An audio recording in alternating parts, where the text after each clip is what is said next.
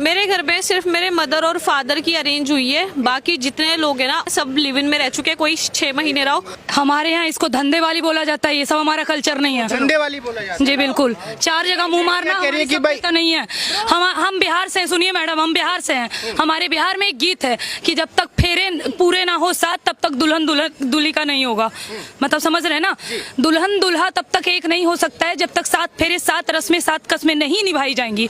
हम इस चीज को समर्थन करते हैं। और खबरदार जो 2 कौड़ी की कोई लड़की आएंगी और बोलेंगी कि हमारे धर्म गुरुओं के मुंह पे काली फोड़ने की बात करेंगे और अपमानित करें तो, लेकिन जो जिनकी ना शक्ल हो ना अकल हो, जो गवार है, जिनके पास कोई ऑप्शन भी ना हो ना, वो यही बकवास करते हैं। अगर मुझे लिव इन में रहना भी होगा ना तो मेरे घर में इतने ओपन माइंडेड लोग हैं।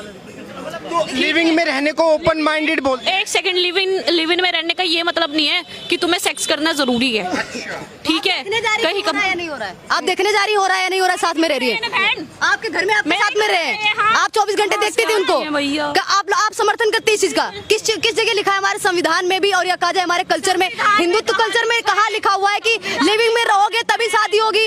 आपके मम्मी पापा लिविंग में रहे, शादी हुई है? आपने एक कहावत सुनी है, नाली के कीड़ों को ना नाली ही हजम होती है। सोने के बर्तन में रखने पर उन्हें बर्दाश्त नहीं होगा। ये वही प्रकार की लड़कियां हैं जिन्हें 4 जगह, और सिर्फ लड़कियों नहीं, लड़के भी हैं। लड़के उतना ओवर रिएक्ट नहीं कर रहे हैं, लड़कियां ज्यादा कर रही हैं। क्यों?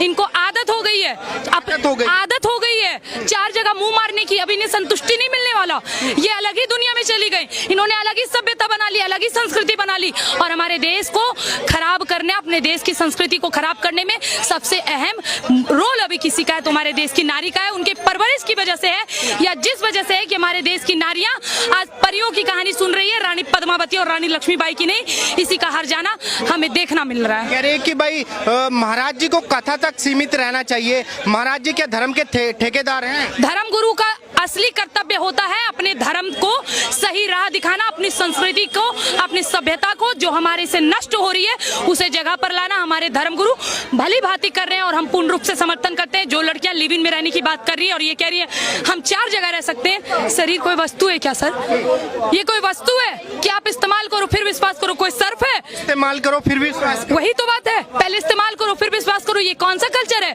हमारी सभ्यता नहीं है सर, और न ही इस प्रकार की चीजों को, इस गंदगी को हमारा समर्थन मिलेगा।